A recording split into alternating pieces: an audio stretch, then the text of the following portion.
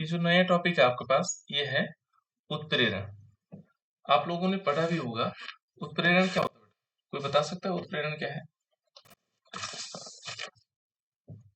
Sir वह अभिक्रियाएं जिनमें उत्प्रेरक यूज किए जाते हैं वो पूरी प्रोसेस उत्प्रेरण कहलाती है।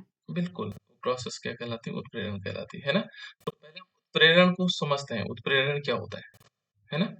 उत्प्रेरण, ये बेटा उत्प्रेरण हमारे पास, ठीक है ना? उत्प्रेरण होता क्या है? ठीक है ना? इसको बोलते हैं कैटालाइसिस। अंग्रेजी में इसको बोलते हैं कैटालाइसिस। ये कैटालाइसिस है या उत्प्रेरण हो गया, ठीक है ना? ये कैटालाइसिस या उत्प्रेरण क्या होता है? तो आप लोगों ने जनरली देखा होगा कि एक पदार्थ होता है हमारे पास, ठीक है ना? और उस पदार्थ को बोलते हैं उत्प्रेरक, ठीक है ना? क्या कहते हैं? उत्प्रेरक। और जो ये उत्प्रेरक होता है, जो हमारे पास क्या होता है? उत्प्रेरक होता है, ये अभिक्रिया की जो गति होती है या अभिक्रिया का वेग होता है ना? ये उसको बढ़ा देता है या कम कर देता है।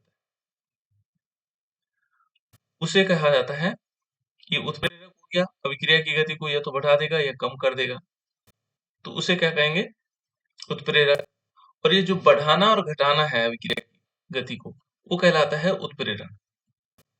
तो इसके हम डेफिनेशन ऐसे लिख सकते हैं, किस प्रकार से लिखा जा सकता है इसको, कि जो उत्प्रेरक होगा, यहाँ पर हम क्या करेंगे,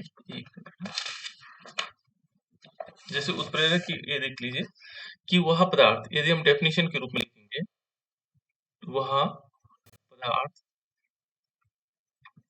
ठीक है ना, जो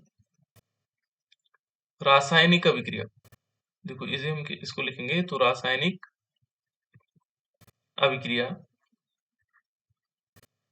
जो रासायनिक अभिक्रिया है, रासायनिक अभिक्रिया के वेग, जो वेग होगा, के वेग को परिवर्तित कर देता है। परिवर्तित या घटा बढ़ा सकता है ना? को परिवर्तित कर देता है, ठीक है ना? परिवर्तित कर देता है,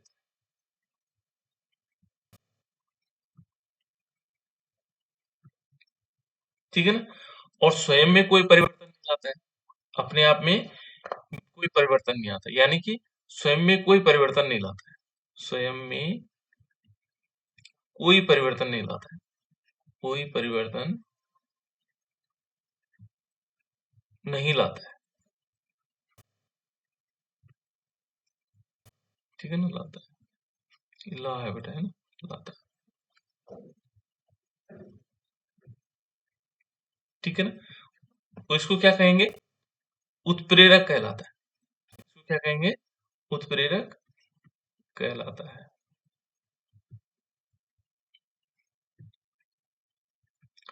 और जो ये रासायनिक अभिक्रिया की गति परिवर्तित करना, ये क्या कहलाता है बेटा? उत्प्रेरण कहलाता है। और ये जो घटना है, ठीक है ना, इसको हम कह सकते हैं, और यह जो घटना है, यह घटना,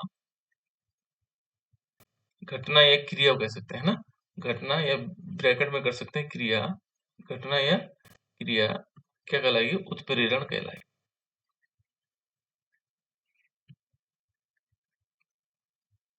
कहलाती है।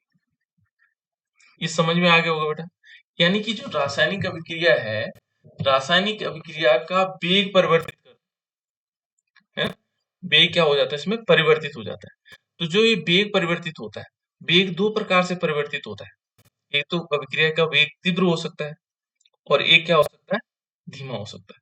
जैसे यदि हम यहाँ पर देखेंगे, एक एग्जाम्पल है उत्प्रेरण के लिए, कि हाइबर विधि द्वारा जो अमोनिया का निर्माण होता है, वो कैसे होता है, ठीक है ना? यहाँ पर एग्जाम्पल हम ले लेते हैं कि जो हाइबर विधि है, हाइबर विधि में, ठीक है ना, अमोनिया का निर्माण, हैबर विधि में अमोनिया का निर्माण, तो अमोनिया होता है NH3। इसका निर्माण किस प्रकार से हो सकता है ना? NH3 का जो हैबर विधि द्वारा अमोनिया का निर्माण होता है, सिंपल क्या होगा? N2, नाइट्रोजन गैस, नाइट्रोजन क्या होगा इसमें? गैस फॉर्म में होगा, और हाइड्रोजन यानी कि 3H2, ये भी क्या होगा? गैस फॉर्म में होगा। ये दोनों जब गैस फॉर्म में होंगे, तो ये क्या करेगा? अमोनिया का निर्माण करेगा, यानी कि क्या बना देगा? 2 मॉलिक्यूल NH3 बना देगा। ठीक है ना। लेकिन यहाँ पर हमें क्या करना पड़ेगा, एक उत्प्रेरक लेना पड़ेगा। ये अभिक्रिया होती तो है, लेकिन जब तक उत्प्रेरक उपस्थित नहीं होगी तो अभिक्रिया तीव्र गति से नहीं होगी। तो हम क्या करेंगे, यहाँ से उत्प्रेरक, मान लीजिए सपोज हमने यहाँ से क्या लिया, Fe यहाँ पर लिया, Fe इसमें डाल, तो ये अभिक्रिया इन दोनों में हुई, इसमें और इसमें, और जो Fe है वैसे के वैसे यही किनारे निकल गए, इसमें कोई परिवर्तन नहीं होगा, ये स्वयं में कोई परिवर्तन नहीं लाता है, वो वैसे का वैसे जैसे यहाँ था वैसे यहाँ मिल गया, प्रोडक्ट में मिल गया। तो ये कहलाता बेटा, ये ये तो उत्प्रेरक हुआ। और ये जो घटना है, किसी अभिक्रिया की गति को तीव्र करना और कम करना, किसके द्वारा, उत्प्रेरक के द्वारा, वो क्या कहलाएगा, वो कहलाएगा हमारे पास, क्या कहलाएगा, उत्प्रेरण कहलाएगा। इस घटना को हम क्या कहते हैं, उत्प्रेरण कहते हैं। तो ये है बेटा उत्प्रेरण, ठीक है ना, समझ में आ गया होगा। अब उत्प्रेरण को पढ़, ये तो हमने उत्प्रेरण की डेफिनेशन पढ़ ली कि उत्प्रेरण नहीं हो गया। लेकिन यदि हम क्या चाहते हैं, ये देखते हैं कि पहले उत्प्रेरक के बारे में पढ़ते हैं, ठीक है ना, कि उत्प्रेरक क्या हुआ, यानी कि जो उत्प्रेरक हुआ उससे कह सकते हैं ये अभिक्रिया के वेग को परिवर्तित करता है, ठीक है ना। उत्प्रेरक क्या हुआ, जो अभिक्रिया के वेग को मतलब परिवर्तित कर देते हैं, है ना। और ये दो प्रकार के होते हैं, उत्प्रेरक कितने प्रकार के होते हैं, इनके यदि हम प्रकार देखेंगे तो ये कितने प्रकार के हुए, ये दो प्रकार के होते हैं। कितने प्रकार के होते हैं, दो प्रकार। कौन होते हैं दो प्रकार के, ये उत्प्रेरक दो प्रकार के होते हैं। तो इनमें पहला प्रकार क्या होगा, उत्प्रेरक नंबर एक प्रकार हो जाएगा उत्प्रेरक वर्धक, प्रमोटर बोलते हैं इसको, है ना, जो ये कैटालिटिक प्रमोटर, उत्प्रेरक, सॉरी, उत्प्रेरक वर्धक। इसको अंग्रेजी में बोलते हैं बेटा कैटालिटिक प्रमोटर, जो कैटालिटिक प्रमोटर हुआ,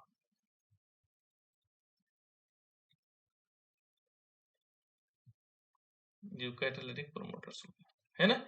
ये क्या करेगा, प्रमोट करेगा, रिएक्शन को क्या करेगा, बढ़ाएगा, ये वर्धक है, ठीक है ना।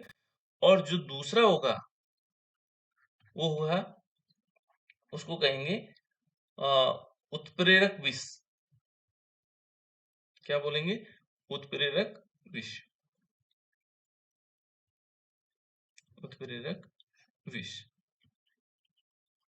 और इसको अंग्रेजी में कह सकते हैं हम, जो क्या है, कैटालिटिक पॉइजन भी कह सकते हैं, इनहिबिटर्स भी कह सकते हैं, जो इनहिबिट करेगा उसको। तो यहाँ पर हम लिखेंगे इसको कैटालिटिक पॉइजन भी कह सकते हैं इसको, है ना, क्या कह सकते हैं, कैटालिटिक पॉइजन, या इनहिबिटर भी कहा जाता है ना, पॉइजन भी कहा जाता है, ये दोनों चीजें, ठीक है ना। यहाँ पर ये दो प्रकार के हमारे पास उत्प्रेरक हुए, एक उत्प्रेरक वर्धक होगा और एक होगा उत्प्रेरक विष, ठीक है ना। अब पहले उत्प्रेरक वर्धक को देखें। तो उत्प्रेरक वर्धक क्या होता है, यदि हम उत्प्रेरक वर्धक को देखें बेटा, तो उत्प्रेरक वर्धक होता है जो क्या करेगा, इसमें क्या करेगा, उत्प्रेरक जो उत्प्रेरण की क्षमता को बढ़ा देता है, किसकी क्षमता को, उत्प्रेरण की क्षमता को, ठीक है ना। तो उससे हम कह सकते हैं जो उत्प्रेरण की क्षमता को बढ़ाता है, उत्प्रेरण की क्षमता को बढ़ाता है।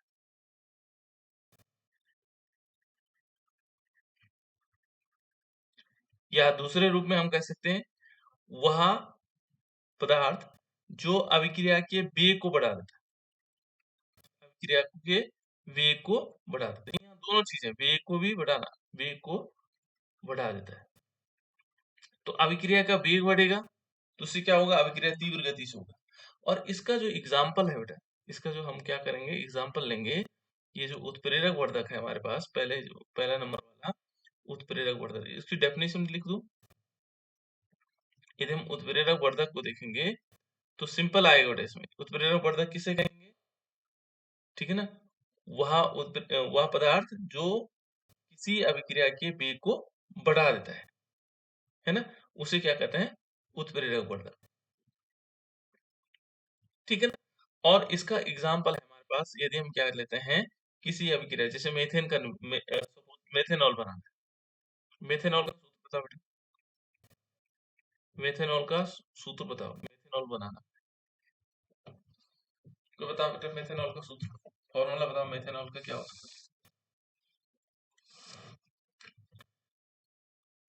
मेरी आवाज आ रही है लोग? मेथेनॉल का फॉर्मूला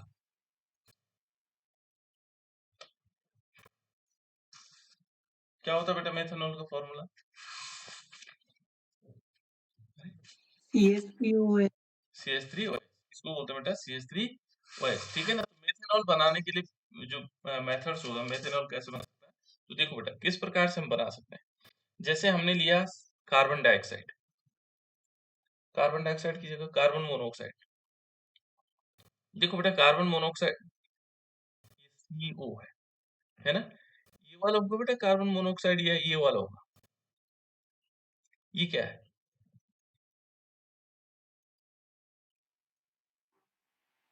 कोबाल्ट। ये कोबाल्ट है ना। कार्बन मोनोऑक्साइड देखो C बड़ा होगा और O छोटा होगा तो उसको बोलेंगे कोबाल्ट, ये क्या होगा, कोबाल्ट। ये जानकारी होनी चाहिए है ना, जो C बड़ा और O छोटा होगा, और C और O दोनों बराबर होंगे तो होगा कार्बन मोनोऑक्साइड, ठीक है ना। अब ये गैस है कार्बन मोनोऑक्साइड को तो आप लोग अच्छी तरह जानते हैं, ठीक है ना, और ये गैस के फॉर्म में है। जब हम इस पर क्या करवाएंगे, हाइड्रोजन की अभिक्रिया करवाएंगे, 2 मॉलिक्यूल H2, और ये भी गैस फॉर्म में होगा। तो जो ये गैस है, ये हाइड्रोजन है, ये इससे अभिक्रिया करेगा, और इससे अभिक्रिया करने के बाद ये क्या बना देगा, ये बना देगा CH3OH, क्या बना देगा, CH3OH, यहाँ पर बन जाएगा CH3OH, ठीक है ना बेटा। और ये कितने मॉलिक्यूल बनेंगे, देखो ये एक ही मॉलिक्यूल बनेगा CH3OH, इसका नाम क्या है, इसका नाम आप लोग जानते हैं, इसका नाम है मेथेनॉल। अब इसमें कौन सा कैटालिस्ट हम यूज करेंगे, ठीक है ना, यहाँ पर हम लेंगे, ये होगा जिंक ऑक्साइड, देखो ये उत्प्रेरक हमारे पास Zn, ये क्या है, उत्प्रेरक है ना, ये क्या कर रहा है, उत्प्रेरक का काम कर रहा है। लेकिन इसमें एक और लेंगे जो उत्प्रेरक वर्धक का काम करेगा, वो होगा Cr2O3, Cr2O3, ठीक है ना। तो ये क्या है बेटा, ये हमारे पास उत्प्रेरक वर्धक का काम करेगी बात, ठीक है ना। तो यहाँ क्या हुआ, उत्प्रेरक जो क्या करेगा, उत्प्रेरक की अभिक्रिया यानी कि किसी अभिक्रिया के वेग को बढ़ा देगा, ठीक है ना, तो उसे क्या कहेंगे, उत्प्रेरक। तो एक तो हो गया ये उत्प्रेरक वर्धक, दूसरा होगा इसमें उत्प्रेरक विष, ठीक है ना। तो उत्प्रेरक विष क्या होगा, यदि हम इसको डेफिनेशन के रूप में देखें तो उत्प्रेरक विष क्या हुआ, ठीक है ना, या उत्प्रेरक विष हम किसे कहेंगे, तो यहाँ पर उत्प्रेरक विष उसको कहेंगे जो अभिक्रिया की गति को धीमा कर देगा, वह पदार्थ जो अभिक्रिया की गति को धीमा कर देगा, ठीक है ना।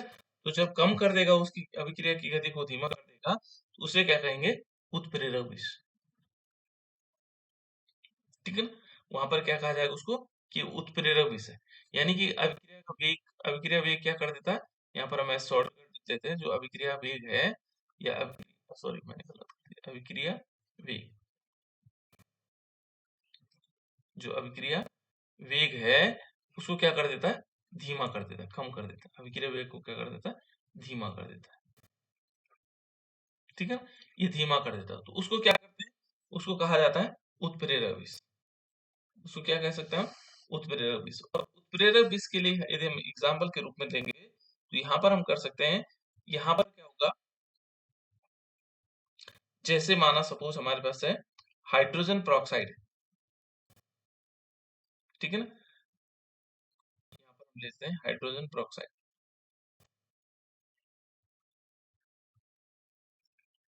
ठीक है ना। इसका यदि हमें अपघटन करवाना है, इसका अपघटन,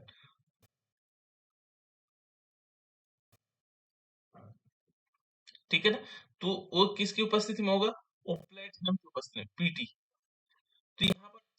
प्लेटिनम होगा वो क्या काम करेगा, उत्प्रेरक विष का काम करेगा। ठीक है ना, ये क्या करेगा, इसकी गति को धीमा कर देगा। तो ये कहलाएगा बेटा, जहां पर अभिक्रिया की गति क्या होगी, धीमी हो जाएगी, उसको कहेंगे, क्या कहा जाएगा उसको, उसको कहते हैं उत्प्रेरक विष। ठीक है ना, तो ये दो प्रकार के हुए, एक उत्प्रेरक वर्धक हुआ और एक क्या हुआ, उत्प्रेरक विष, दो टाइप से हो गए, है ना। अब इसमें यदि हम देखें कि जो हमारे पास उत्प्रेरक है, उत्प्रेरण के प्रकार यदि हम विलयन के आधार पे देखेंगे तो ये दो प्रकार के उत्प्रेरण होंगे। ये तो उत्प्रेरक के थे प्रकार, ये अभी जो हमने पढ़े, ये किसके प्रकार पढ़े, उत्प्रेरक के प्रकार। अब हम पढ़ते हैं उत्प्रेरण के प्रकार। उत्प्रेरण समझ में आ गया होगा। उत्प्रेरण है जो क्या करते हैं, यदि अभिक्रिया की गति तीव्र होती है या कम होती है तो घटना क्या कहलाएगी, उत्प्रेरण कहलाएगी, है ना। तो यहाँ पर क्या होंगे, दो प्रकार के उत्प्रेरण, ठीक है ना। उत्प्रेरण कितने प्रकार के होंगे, दो प्रकार के। कौन कौन से प्रकार होंगे बेटा, किसी को मालूम है? समांगी और विषमांगी उत्प्रेरण। बिल्कुल, बहुत बढ़िया। एक होगा समांगी, समांगी और उत्प्रेरण, और दूसरा कौन सा होगा, विषमांगी उत्प्रेरण। ठीक है ना, दूसरा कौन सा उत्प्रेरण होगा बेटा, विषमांगी।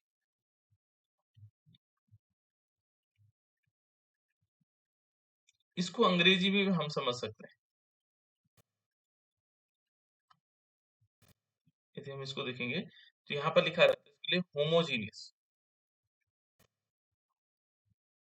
ठीक है ना, इसको क्या कहते हैं बेटा, होमोजीनियस। इसको याद इसलिए रखना है, आगे आप लोगों ने इंग्लिश में ही पढ़ना, होमोजीनियस, है ना, कैटालिसिस। और दूसरा होगा हेट्रोजीनियस, ये दूसरा वाला क्या होगा, हेट्रोजीनियस। ठीक है ना, ये हेट्रो, इसको मैंने हेट्रो लिख लिया, हेट्रोजीनियस, है ना। इसी प्रकार से होमो, इन दोनों से पता लग जाता है। देखो बेटा, होमो, जहां पर भी होमो शब्द होता है वो समान होता है, और हेट्रो मीन विषम, समान होगा, ये सम होगा और ये विषम होगा, है ना। अब सम और विषम क्या हुआ, यहाँ पर देखो, इसके नाम से पता लगा, सम, यदि हम इसको ऐसे करेंगे, सम प्लस अंगी, तभी तो वह समांगी, है ना। यानी कि जिसमें क्या होंगे, सम माने हो गए समान, और यहाँ पर अंग का मतलब हो गया उन पदार्थ के, उसपे कह सकता है अंग का मतलब हो गया उनमें जो दोनों पदार्थ जिन जो जो मिले हैं, ठीक है ना, उसको हम क्या कहेंगे, समांगी। ठीक है ना, तो दो पदार्थ कौन कौन से मिलते हैं इसमें, एक तो होता है अभिकारक, अभिकारक, ठीक है ना, एक तो हमारे पास क्या होगा, अभिकारक, और दूसरा क्या होता है, उत्पाद। हाँ बिल्कुल, उत्पाद। ठीक है ना, यदि हम इन दोनों को देखेंगे कि ये दोनों क्या है, समान प्रावस्था में, कैसी प्रावस्था है बेटा इसमें, समान प्रावस्था, तो उसे कहा जाता है समांगी। यहाँ पर दूसरे ढंग से, है ना, दूसरे ढंग का मतलब क्या हो गया, जैसे हम पहले पढ़ते थे तो हम क्या कहते थे, विलेय और विलायक दोनों क्या होते थे, समान होते थे, तो उसको क्या बोलते थे, समांगी बोलते थे। ठीक है ना, जैसे हम विलयन में पढ़ा, तो विलयन वाले चैप्टर में हमने क्या लिया था, विलयन वाले चैप्टर, क्योंकि विलयन किन चीजों से मिलकर के बनता है, विलेय प्लस विलायक, ये तो था। तो अब यहाँ समांगी का मतलब क्या था, कि जो ये हमारे पास विलायक है, कि मान लीजिए हमने विलायक लिया, पानी लिया H2, है ना, H2O लिया, और ये इतना लिया पानी, इसमें जो विलेय के कण होते थे वो समान रूप से क्या होते थे, इसमें वितरित होते थे, तो उसे बोलते थे समांगी। ठीक है ना, यहाँ अलग अलग जगह पर रसायन विज्ञान अलग अलग परिभाषा को देता है ना। उत्प्रेरण की दशा में ये क्या कहता है, कि जहां पर अभिकारक और जो क्या होगा, उत्पाद होगा, और जो उत्प्रेरक होगा, तीनों जो है एक ही प्रावस्था में होंगे। ठीक है ना, उसे क्या कहा जाएगा, समांगी उत्प्रेरण। ठीक है ना, यहाँ पर क्या होगा, यदि हम इसकी डेफिनेशन देखते हैं, तो समांगी उत्प्रेरण क्या हुआ, यदि हम समांगी उत्प्रेरण देखेंगे, समांगी उत्प्रेरण, तो उसमें क्या होगा, यदि अभिकारक, हमारे पास क्या हो गया, अभिकारक हो गया, दूसरा कॉमा करके क्या होगा, उत्पाद, और तीसरा होगा वह उत्प्रेरक, उत्प्रेरक की प्रावस्था समान, की प्रावस्था, प्रावस्था, ठीक है ना, प्रावस्था क्या वो समान हो। इन तीनों की प्रावस्था क्या होनी चाहिए, जो इनकी तीनों फेस हैं वो क्या होनी चाहिए, समान होनी चाहिए, ठीक है ना, समान हो तो क्या कहलाएगा, तो वह समान, समांगी उत्प्रेरण कहलाएगा, तो वह समांगी उत्प्रेरण, ये समांग उत्प्रेरण कहलाएगा। समांग उत्प्रेरण भी कह सकते हो बेटा, और समांगी भी कह सकते हैं, ठीक है ना। यहाँ पर तीनों क्या होने चाहिए, एक ही प्रावस्था में, ठीक है ना, समांग उत्प्रेरण अभिक्रिया का, समझ में आ गया होगा। इनमें तीनों क्या होने चाहिए, एक ही प्रावस्था में होने चाहिए। अब इसका एग्जाम्पल हम ले सकते हैं, इसके एग्जाम्पल के रूप में यदि हम देखें तो यहाँ पर क्या लेंगे, एक तो लेते हैं जैसे यहाँ पर हम ले सकते हैं इसका एग्जाम्पल, देख लेते हैं, चीनी है C12 S22 O11, और इसको हमने क्या किया, H2O के रूप में लिख लिया, ठीक है ना, और प्लस इसमें H2SO4 मिला दिया। ये दोनों एक ही प्रावस्था में है बेटा कि नहीं है, पहले ये बताओ मुझे, क्योंकि कंफ्यूजन होगा ना। तो ये दोनों एक ही प्रावस्था में है कि नहीं, कौन दोनों सर? देखो जब हमने क्या किया, ये चीनी जो हुआ करती है, ये सॉलिड फॉर्म में होती है, जब हम इसको पानी में मिला देंगे तो तभी क्या हो जाएगा, किस रूप में आ जाएगा, लिक्विड फॉर्म में, है ना, भले ही इससे अभिक्रिया करेगा, और उसके बाद हमने सल्फ्यूरिक अम्ल डाला, ठीक है ना। अब देखो चीनी जो लग रहा था हमें कि सॉलिड फॉर्म में होगी, ठोस अवस्था में होगी, इसको हम क्या कर सकते हैं, ये क्या लेना, हमने लिक्विड अवस्था में ले सकते हैं। तो गन्ने का रस आप लोगों ने देखा होगा, उसमें पानी डाल देंगे और सल्फ्यूरिक अम्ल लेंगे, और हमारे पास बनेगा ग्लूकोज C6H12O6। ग्लूकोज यदि हम जर्नल देखते हैं तो सॉलिड स्टेट में होता है, लेकिन ये लिक्विड फॉर्म में, किस फॉर्म में, लिक्विड फॉर्म में, और साथ साथ में इसमें बनेगा C6H12O6, और प्लस इसमें सल्फ्यूरिक एसिड अलग निकल जाएगा, ठीक है ना। तो उसको कहा जाएगा समांगी उत्प्रेरण, ठीक है ना। यहाँ पर सब के सब क्या है, ये किस अवस्था में है, लिक्विड स्टेट, ठीक है ना, तीनों तीनों की प्रावस्था क्या है, लिक्विड स्टेट। एक और एग्जांपल ले सकते हैं, जैसे मान लीजिए थोड़ी देर के लिए हम लेते हैं CS3, बोल नहीं पहले, CS3COOH क्या है बेटे, कोई बता सकते हैं, एसिडिक एसिड, बिल्कुल। अब तो आप, मेथनोइक एसिड। हाँ ठीक है ना, एक इसको बोलते हैं एसिटिक अम्ल, है ना, एसिटिक एसिड, या ये हमारा साधारण नाम है इसका, एसिटिक एसिड है ना, साधारण नाम है एसिटिक एसिड, वैसे इसका नाम एथेनोइक अम्ल है ना, आईयूपीएसी नेम क्या होगा, एथेनोइक अम्ल, इसको क्या बोलेंगे, आईयूपीएसी नेम में इसका नाम होगा एथेनोइक अम्ल, और साधारण नाम है एसिटिक अम्ल, ठीक है ना, साधारण नाम क्या होगा, एसिटिक एसिड, ये एसिटिक एसिड। जो एसिटिक एसिड इसको फिर हम क्या करेंगे, एसिटिक एसिड भी क्या होता है, लिक्विड फॉर्म में तो होता ही है, ये सॉलिड फॉर्म में भी मिलता है बेटा। जैसे आप लोगों ने देखा होगा अचार को जब प्रिजर्व करने के लिए या खट्टा बनाने के लिए, इसका अचार हुआ, या हमारे पास जो ये जूस बनाए जाते हैं तो उसमें हम एसिटिक एसिड मिलाते हैं, तो छोटे छोटे दाने के रूप में आता है, सॉलिड के फॉर्म में होता है ना। ये दाने के रूप में भी हमें पाउडर के फॉर्म में मिलता है एसिटिक एसिड। लेकिन यहाँ पर क्या है, वो किस स्टेज में है, ये लिक्विड अवस्था में है, ठीक है ना। तो इसको ये तो है एसिटिक एसिड।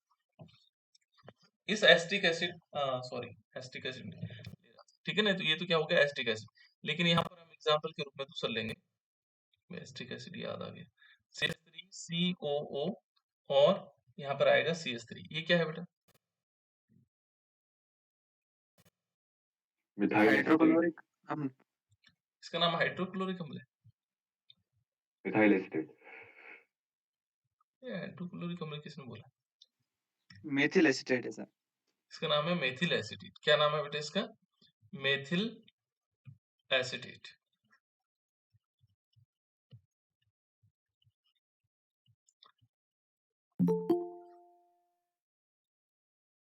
इसका नाम है मेथिल एसिटेट। तो मेथिल एसिटेट में देखो, ये मेथिल एसिटेट है, और मेथिल एसिटेट का जब हम जल अपघटन करवाएंगे, देखो जैसे माना हम इसको H2O के साथ लेते हैं, ठीक है ना, इसका जलीय विलयन बनाएंगे, और प्लस इसको फिर किसके साथ करते हैं, हाइड्रोक्लोरिक अम्ल के साथ, प्लस HCl। तुम्हें दिखाई तो दे रहा होगा बेटा, ऐसे तुक्के से तो नहीं बोल रहा, ठीक है। मोबाइल को लैंडस्केप में रखना आपको, ठीक है ना। इस पे क्या करोगे, हाइड्रोक्लोरिक अम्ल के साथ अभिक्रिया करवाएंगे, और जब हाइड्रोक्लोरिक अम्ल के साथ अभिक्रिया करवाएंगे तो ये क्या बना देगा, ये बना देगा CH3COOH। इसे हम पहचानते हैं, ये देखो ये वाला। और साथ साथ में इसमें क्या बनेगा, एक बनेगा CH3OH बनेगा, और प्लस इसमें हाइड्रोक्लोरिक अम्ल वैसे के वैसे निकल, ठीक है ना। यहाँ पर समांगी उत्प्रेरण है, सबके सब समान क्या है, अवस्था में है। ये जो हमारे पास क्या है, उत्प्रेरक है, ये भी लिक्विड स्टेट में है। ये जो अभिकारक हैं, ये भी लिक्विड स्टेट में है, ठीक है ना। और यहाँ पर भी जो देखेंगे उत्पाद भी है, ये लिक्विड स्टेट में है, ठीक है ना, ये लिक्विड फॉर्म में है ना, द्रव अवस्था में। तो सारे के सारे क्या है, एक ही अवस्था में है। और यहाँ देख रहे होंगे, ये जो HCl है, ये उत्प्रेरक का काम कर रहा है। ये इससे यहाँ देखो, ये सेम वैसे के वैसे निकल जा रहा है, ठीक है ना। यहाँ पर कोष्टक में जिसको हमने लिखा, जैसे ऊपर सल्फ्यूरिक अम्ल लिखा, तो सल्फ्यूरिक अम्ल क्या कर सकते हैं, सेम का सेम वैसे निकल जा रहा है। ये उत्प्रेरक का काम कर रहा है, ये केवल क्या काम कर रहा है, यहाँ पर उत्प्रेरक का काम कर रहा है। तो इस प्रकार से जो ये अभिक्रिया होगी, एक समांगी उत्प्रेरण कहलाए, ठीक है ना। सर मिथाइल एसिटेट का नाम बता दो सर, IUPAC वाला। अच्छा, ये है बेटा, जैसे ये हमारे पास ये CH3 COO CH3 है ना। इसमें IUPAC कैसे लिखा जाता है बेटा, पहले ये पता क्या है, ये कार्बोनिल समूह है, कार्बोनिल समूह है, और एस्टर भी कह सकते हैं इसको, एस्टर, ये एस्टर है। इस प्रकार से देखो, इसको मैंने ऐसे लिखा हुआ, एक डैश इधर लगाया, एक डैश इधर लगाया, है ना, और बीच में मैंने एक ही लिखा। तो इसको बोलते हैं बेटा O8। क्या बोलते हैं, O8। इसको ये समझ भी लो, है ना। इसको क्या बोलेंगे, O8, ये वाला जो दो COO है, इसको क्या बोलेंगे, O8। अब इसके तरफ, दोनों तरफ देखो, इस तरफ भी लगा हुआ CH3, और इधर भी लगा हुआ CH3। तो इसमें क्या होता है कि जो ये O8 है, ये वहां जुड़ता है जहां कार्बन की संख्या कम हो। तो यहाँ भी एक है, यहाँ भी एक है, तो कहीं भी जोड़ लो इसको, है ना। यहाँ दिक्कत नहीं है, इसमें दिक्कत नहीं, इधर जोड़ोगे क्या, क्योंकि यहाँ पर भी कार्बन की संख्या एक है, और यहाँ भी जोड़ोगे तो कार्बन की संख्या एक है। तो जब हम इस O8 को इस वाले से जोड़ते हैं, मान लो, तो इस वाले में जोड़ेंगे तो क्या हो जाएगा, दो कार्बन होगा, तब दो कार्बन, क्योंकि हमने इसके साथ ये वाला जोड़ दिया। तो इसका नाम होगा मेथिल एथेनोइड। ये तो हो जाएगा किनारे बचा हुआ, इसका नाम होगा मिथाइल, और ये हो जाएगा एथेनोइड, एथेनोइड, ये मिथाइल एथेनोइड हो जाएगा। ये सिंपल है बेटा, इसका नाम O8 है। अब जैसे देखो दूसरा लिखता हूँ, आपके पास CH3 COO CH2 CH3, ये इथाइल एस्टेट है ना।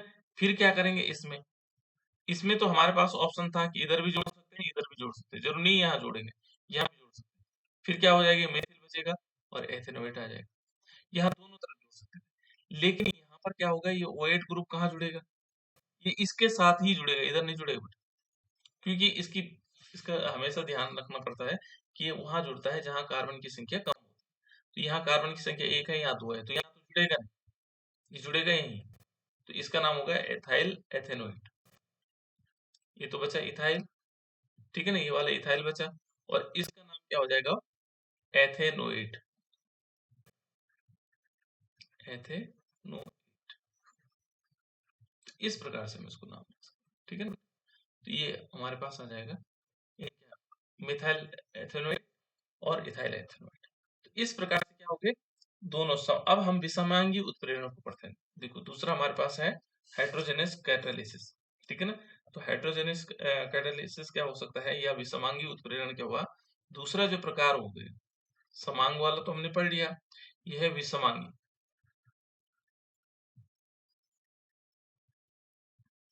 विषमांगी उत्प्रेरण, और विषमांगी उत्प्रेरण में क्या होगा, विषमांगी उत्प्रेरण सर अभिकारक है, सर अभिकारक हाँ अभिकारक उत्पाद और उत्प्रेरक भिन्न प्रावस्थाओं में होते हैं सर। बिल्कुल, ये तीनों क्या होंगे, जो इनकी भौतिक प्रस्ता होंगी वो भिन्न भिन्न होंगी। यहाँ पर हम क्या ले लेंगे, एक तो अभिकारक हो गया, दूसरा हमारे पास क्या होगा बेटा, उत्पाद हो गया, और तीसरा कौन सा, उत्प्रेरक। ये तीनों क्या होंगे, भिन्न भिन्न प्रावस्थाओं में होंगे, ठीक है ना, भिन्न भिन्न प्रावस्थाओं में होंगे, तो ये कहलाता है ना, ये उत्प्रेरण कहलाता है विषमांगी उत्प्रेरण, ठीक है ना, जिसमें क्या होंगे, अभिकारक, उत्पाद और उत्प्रेरक क्या होंगे, भिन्न भिन्न प्रावस्थाओं में होंगे, भौतिक प्रावस्थाओं में होंगे। यह अभिक्रिया क्या कहलाएगी, विषमांग उत्प्रेरण कहलाएगी, ठीक है ना। इसको लिख लोगे आप लोग डेफिनेशन के फॉर्म में, उसे हम क्या कहेंगे, विषमांग उत्प्रेरण कहलाएगी। अब देखो, जैसे हमने पहले हैबर विधि द्वारा अमोनिया बनाया था, ऐसी दशा में हम क्या कर सकते हैं, हैबर विधि द्वारा फिर अमोनिया बनाने की विधि को, इसको लिख सकते हैं। तो यहाँ पर देखो, यदि हम हैबर विधि द्वारा अमोनिया बनाते हैं, तो ये क्या है, N2 क्या है, गैस के फॉर्म में, प्लस हम क्या करते हैं, 3 मॉलिक्यूल H2 लेते हैं, ये भी गैस के फॉर्म में। लेकिन इसमें हम कैटालिस्ट लेते हैं, कैटालिस्ट क्या होता है यहाँ पर, एक तो होता है बेटा Fe, ठीक है ना, और दूसरा इसमें क्या होगा, मोलिब्लेडनम होता है, MO। ये दोनों क्या होते हैं, सॉलिड फॉर्म में होते हैं, ठीक है ना। और जो यहाँ हमारे पास बनेगा, जो हमारे पास उत्पाद बनेगा, वो क्या बनेगा, 2 मॉलिक्यूल NH3, ये गैस के फॉर्म में बनेगा, अमोनिया गैस बनेगी, ठीक है ना, अमोनिया बनेगा और NH3। देखो बेटा, ये कैटलिस्ट याद रखना है ना, और साथ साथ में क्या बनेगा, ये कैटलिस्ट वैसे के वैसे आएगा, देखो Fe और प्लस MO, ये सॉलिड फॉर्म में होंगे, ठीक है, मोलिब्लेड सॉलिड।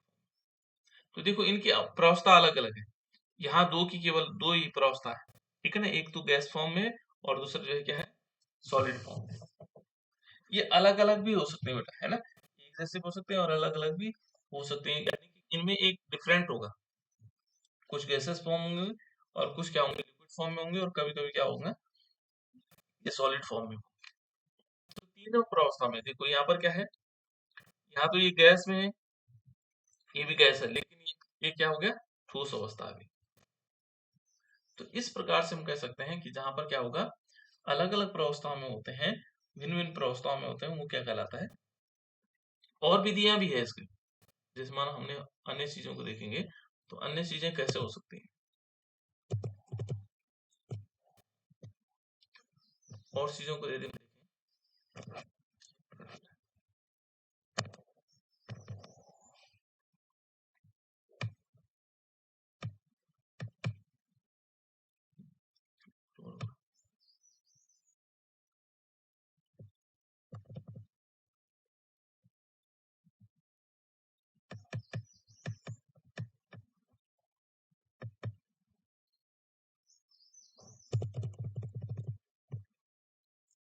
ये हो गया।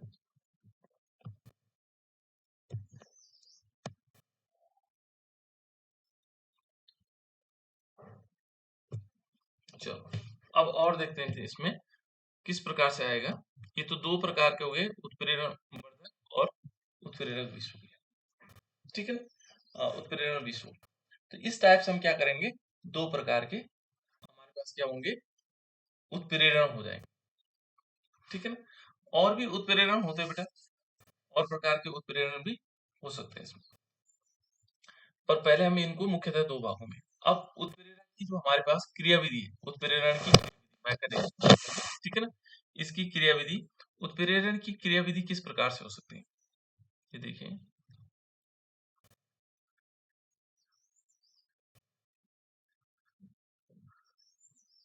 उत्प्रेरण की क्रियाविधि,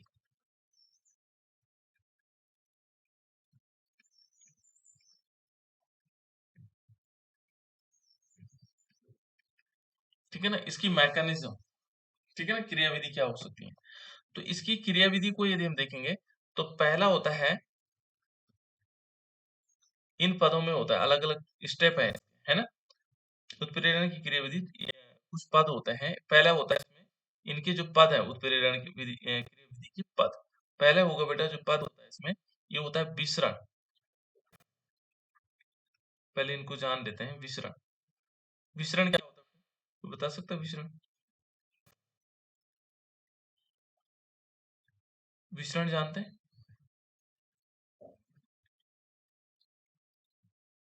सर कम सांद्रता से उच्च सांद्रता की ओर। गलत बता दिया, अधिक सांद्रता से कम सांद्रता की ओर,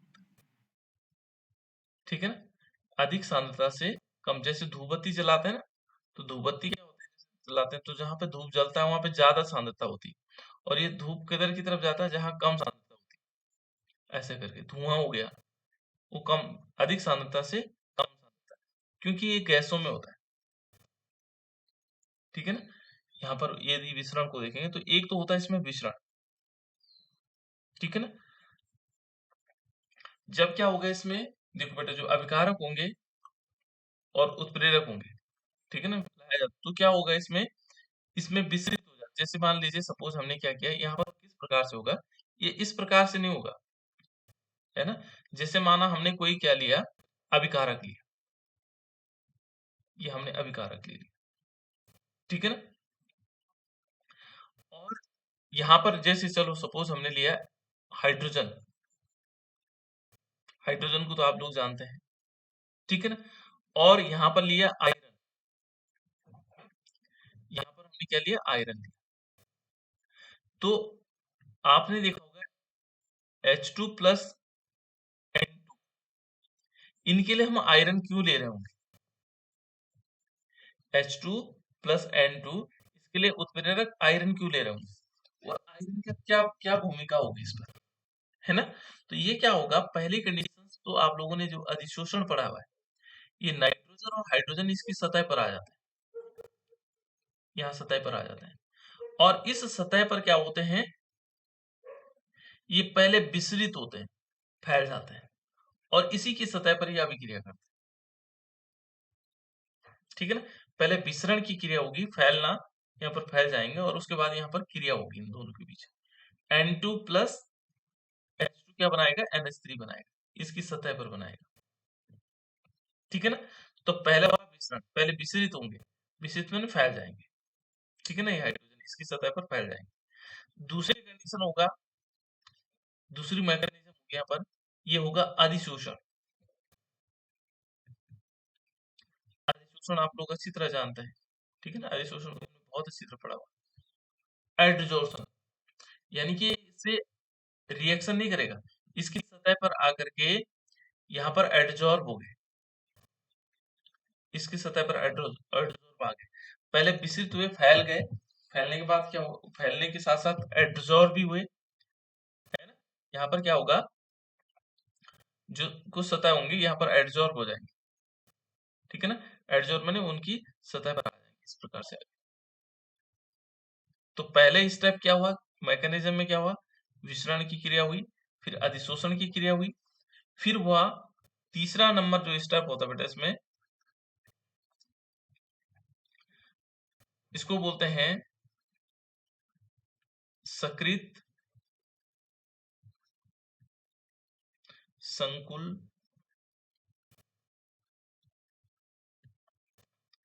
का निर्माण।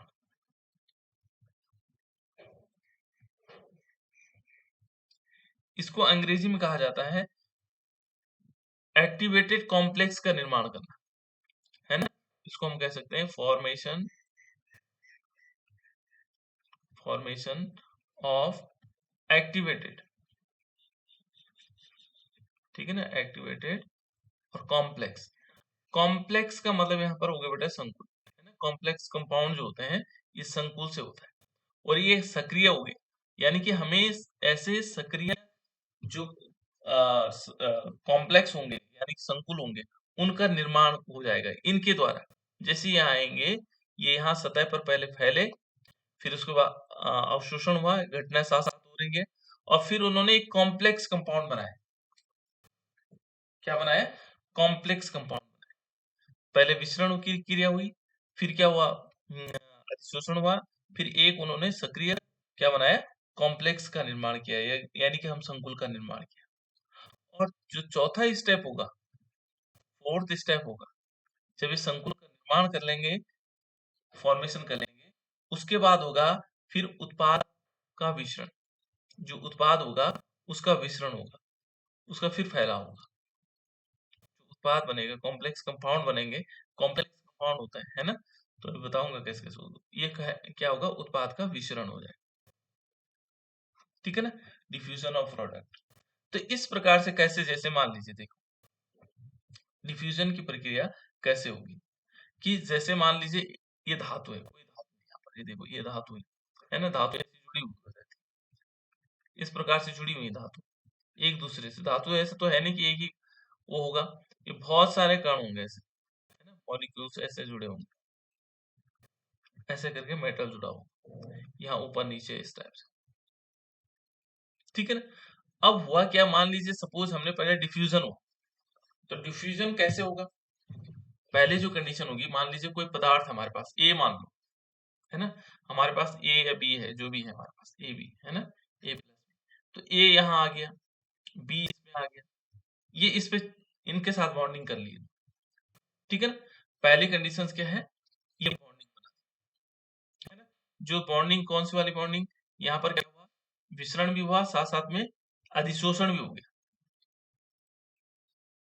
ठीक है ना।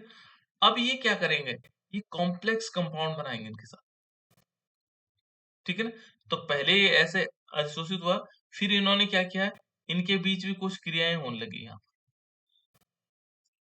ठीक है ना।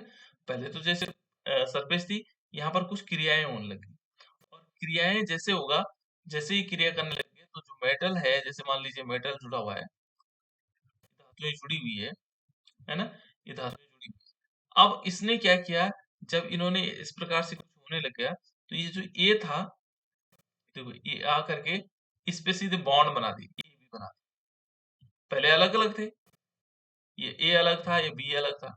अब क्या हुआ, यहाँ कॉम्प्लेक्स कंपाउंड, तो ये कॉम्प्लेक्स कंपाउंड इसके साथ, मेटल के साथ इन्होंने क्या कर दिया, ये कॉम्प्लेक्स कंपाउंड, पहले इसमें मेटल था सिंपल, फिर ये एक यहाँ विसरित हुआ, यहाँ विसरित हुआ, अधिशोषित भी हुआ साथ साथ में। अब उसके बाद क्या हुआ, इनमें आपस में भी अभिक्रिया होने लगी थी, कोई कॉम्प्लेक्स कंपाउंड बना दे, किसके साथ, धातु के साथ, जो धातु है हमारे पास उसके साथ उन्होंने क्या किया, कॉम्प्लेक्स कंपाउंड बना दिया। जब ये कॉम्प्लेक्स कंपाउंड बन जाएगा, फिर क्या होगा, ये उत्पाद में कन्वर्ट हो जाएगा। उत्पाद में कैसे कन्वर्ट होगा, ये वाला जो स्टेज होगी, ये अलग हो जाएगा, और फिर ये मेटल अलग हो जाएगा, क्योंकि ये धातु क्या होंगे, अलग अलग हो जाएंगे।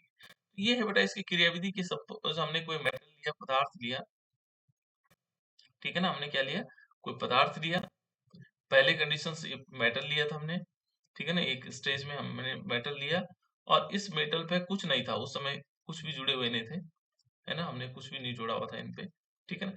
फिर क्या हुआ, जैसे माना सपोज हमारे पास आया ए भी यहाँ था, है ना, इनमें डिफ्यूजन हुआ, ठीक है ना, डिफ्यूजन होकर के, डिफ्यूजन आकर के यहाँ फैल गया, फैलने के बाद वो क्या हुआ, उसमें अधिशोषित हो गए।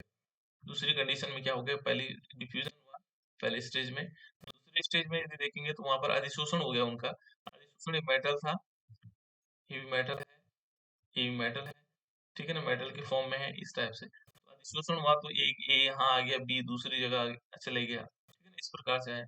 तीसरी कंडीशन में क्या हुआ, अधिशोषण हुआ, फिर हमने क्या कहा कि ये सक्रिय कंपाउंड बनाया इन्होंने। सक्रिय कंपाउंड किस प्रकार से हो गया, इनके बीच क्या होने लग गया, ये मेटल है,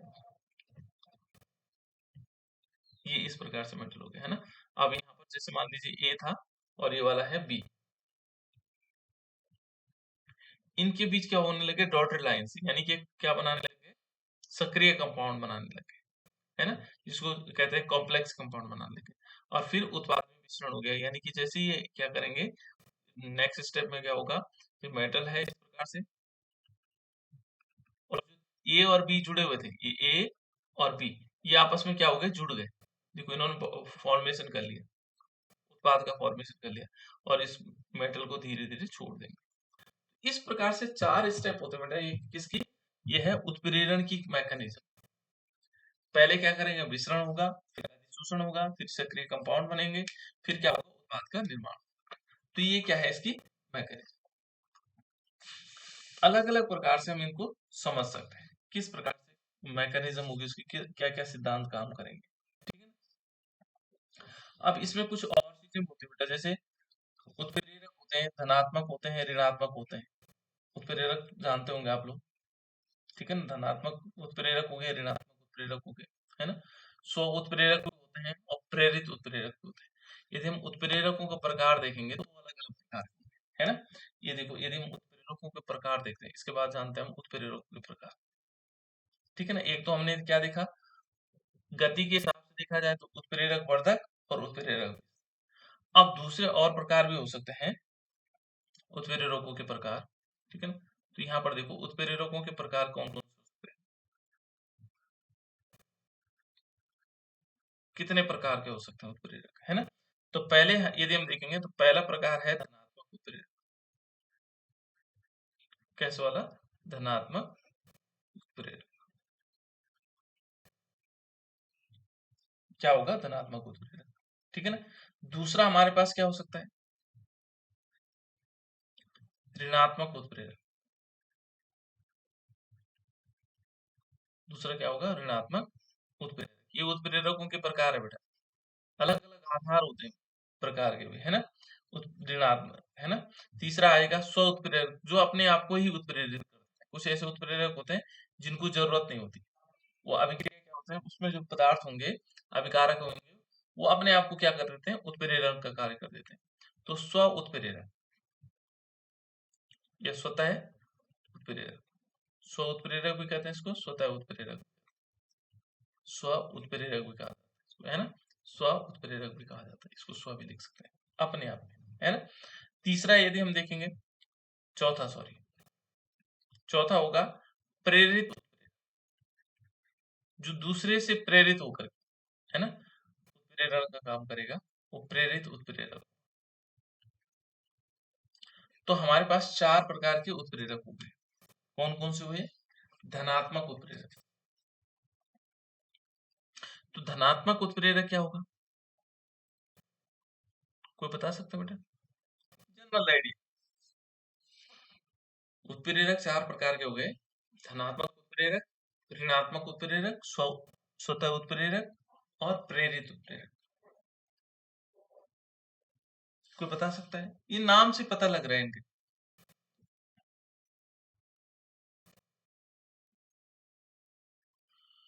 चलो कोई बात नहीं, मेरी आवाज तो आ सर रही जी, है। जो रासायनिक क्रिया के वेग को बढ़ाता है।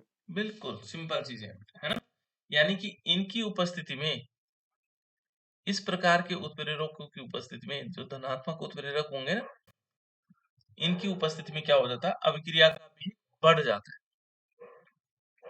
ठीक है ना। यहाँ पर क्या होगा, ऐसे उत्प्रेरक, ठीक है ना, ऐसे पदार्थ जिनकी उपस्थिति में अभिक्रिया का वेग बढ़ जाता है, रासायनिक अभिक्रिया का वेग बढ़ जाता है, ठीक है ना। हम इसको सिंपल लिख सकते हैं, वे पदार्थ, इसको हम ऐसे लिख सकते हैं, वे पदार्थ जिनकी उपस्थिति में, जिनकी उपस्थिति में अभिक्रिया का वेग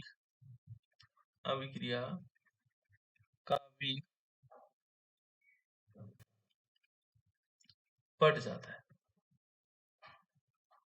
ठीक है ना, अभिक्रिया का वेग बढ़ जाता है। यदि अभिक्रिया का वेग बढ़ जाएगा तो उसे हम क्या कहेंगे, धनात्मक उत्प्रेरक। ठीक है ना, और इसका एग्जाम्पल हमने पहले भी बताया था आपको। यहाँ पर धनात्मक उत्प्रेरण क्या हो सकता है, जैसे हमने लिया H2O2 हाइड्रोजन पेरोक्साइड है, इसके 2 मॉलिक्यूल ले लेंगे और इसका अपघटन हो जाता है। अपघटन किस फॉर्म में होता है, देखो ये क्या बना देगा, H2O बना देगा और प्लस O2 बना देगा, ऑक्सीडेशन, क्योंकि प्रबल ऑक्सीकारक है। और ये होता है प्लेटिनम की उपस्थिति में। किसकी उपस्थिति में, प्लेटिनम। तो यहाँ पर क्या है, जो प्लेटिनम है, प्लेटिनम को आप समझ सकते हो ये क्या है, धनात्मक उत्प्रेरक है, ये अभिक्रिया की।